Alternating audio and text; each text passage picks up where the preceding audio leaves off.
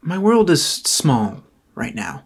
I've spent every day for the past 411 days seeing the same people and things, the same 1-mile stretch of road in front of my house where I walk, the same walls, the same posters on those walls, the same tapes, same wife, same dog, same me.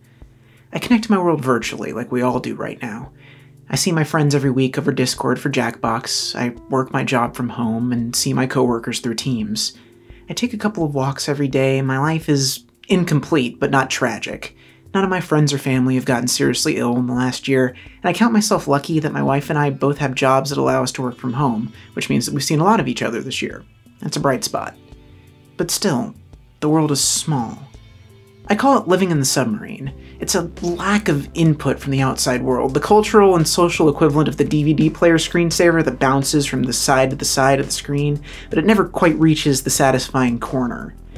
There's not much to do in the submarine. I make YouTube videos, and I try my best to do the thing that's always given me joy through my life. I watch movies. So many movies. Before the global personal pan pizza, I went to the movies about once a week. I abused MoviePass when it was a thing, and then moved on to the AMC A-list. I love the communal experience of going to the movies, the whole thing. Knowing that you're in a group of people you'll probably never see again, all having the same experience at the same moment in time, is a magical feeling. I miss that feeling of getting out of a movie with your friends and talking about it for hours, just walking around in the parking lot buzzing. I'll put up with $20 popcorn and people on their phones, I don't care. I just want that singular, beautiful experience of unknown but imminent enjoyment, the feeling that a journey is just about to start. And I've been cut off from it.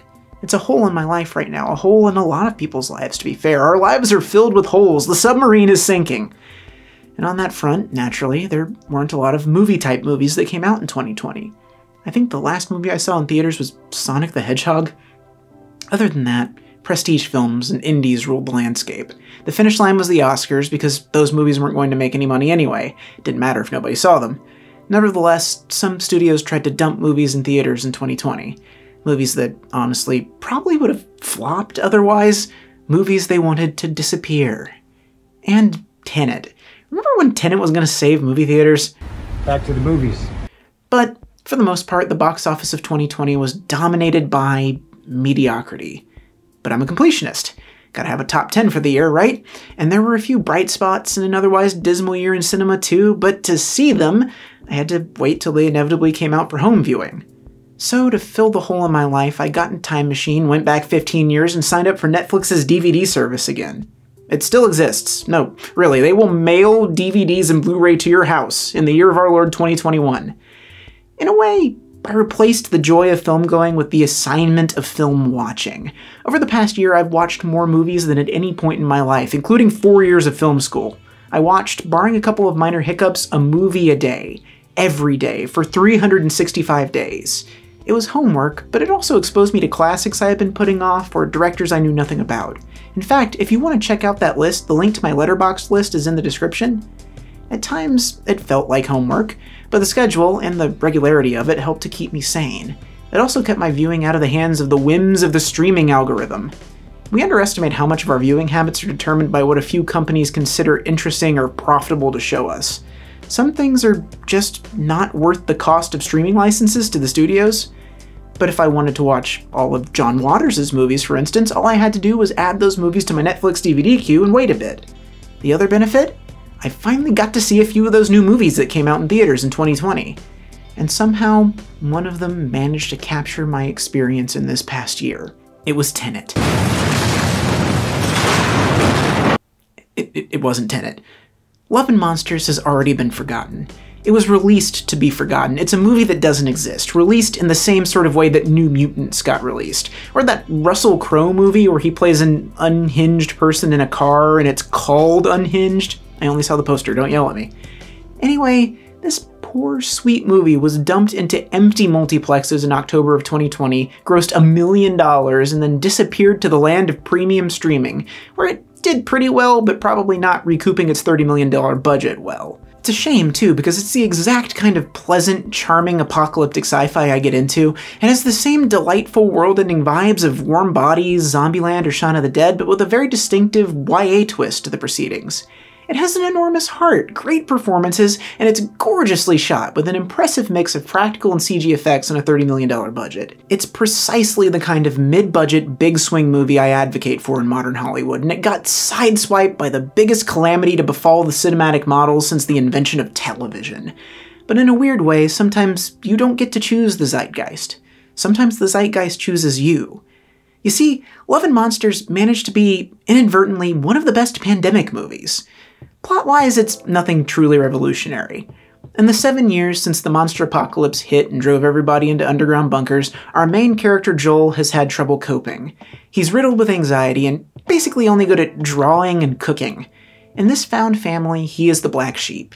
He can't help gather provisions or defend against the giant killer insects and creatures that want to devour the residents of the bunker, so he feels like a waste. So when he gets into contact with his long-lost girlfriend Amy, who lives in a bunker 80 or so miles away, he decides he's going to leave the relative safety of the bunker and trek across the wasteland to find her. Along the way, he finds undiscovered skills, new friends, and a lot of wonder and beauty in this new, dangerous, doomed world. Also, there's a cute dog, one of the best I've ever seen in a movie, and spoilers, it doesn't die. So you can actually feel, positive watching this movie and not be terrified that they're going to kill off the dog for cheap emotional resonance. My gift to you. Sometimes spoilers are good. It's boilerplate stuff, but the magic lies in the execution, and Michael Matthews' direction is uncommonly empathetic. The film can even be achingly sad, especially in this scene where Joel finds a semi-sentient robot with an hour of battery power left to live. It's beautiful and evocative in the way it channels grief and loss, and it's so sharp and self-contained it almost feels like it's ripped from the pages of some forgotten collection of Hugo Award-winning sci-fi short stories. The important lesson Love and Monsters has to impart is inadvertently more important now than when it was conceived, though. And it's the thing that unites all of these gentle apocalypse films. It's what sets them apart from the sly pessimism of, say, George A. Romero. Where Romero says humanity fundamentally can't change, these gentle apocalypse films say humanity fundamentally won't change, and maybe that's a good thing. There's something comforting about the notion of humanity persisting after the apocalypse with its basic shape intact, that as a species we're fundamentally unchangeable for better and for worse. We're adaptable. We can survive anything. As of this episode going up, it's been exactly 2 weeks since my second dose of the COVID vaccine. Which means it's time to crank open the doors and to finally leave the bunker. The submarine is finally in the harbor. Our world's gonna be slightly bigger than it was yesterday. And for those of us who have been living in the bunker for the past year, Love and Monsters offers a gentle reminder. We've learned routines. Routines that have helped us survive, but also given us fear of what's out there. Fear that something in the world has irrevocably changed and that we'll never be safe again. And maybe that's true, but we persist. We find an equilibrium. But we've also learned so many skills in the bunker. Skills that may help us survive in whatever wild and beautiful and terrifying world awaits us outside the door.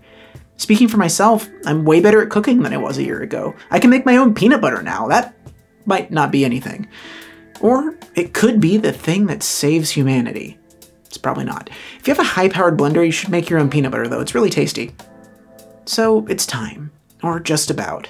After you give Love and Monsters a shot, it's time to leave the bunker.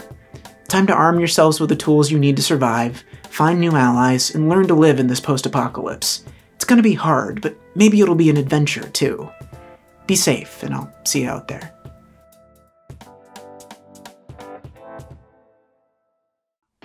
Thank you all for watching Too Many Tapes. Please like this video, subscribe to my channel, and hit the bell icon to get updates for when I upload new videos. What did you learn last year that may inadvertently save the world? Let me know in the comments. If you want to help out a small YouTube creator, would you please consider donating $1 or more to my Patreon? It is the absolute best way to help me make more episodes of Too Many Tapes. Every dollar I make from Patreon goes straight into the show, so if you like what I do, this is the best way to get more of it. If you donate $20 or more a month, you're one of the co-kings of the bunker, and you have your name in the credits in an enormous font like Chase Smith. Or you can be like NATO Kitsch, who also has their name in an enormous font. For $10 or more a month, you're a cool nomadic wanderer of the wasteland, and you get your name in the credits in a font that is pretty big too. And for $5 a month, you're a perfect batch of Blender peanut butter because you're my secret weapon and you get early access to my videos. Thank you all again for watching, and I'll see you next time on Too Many Tapes.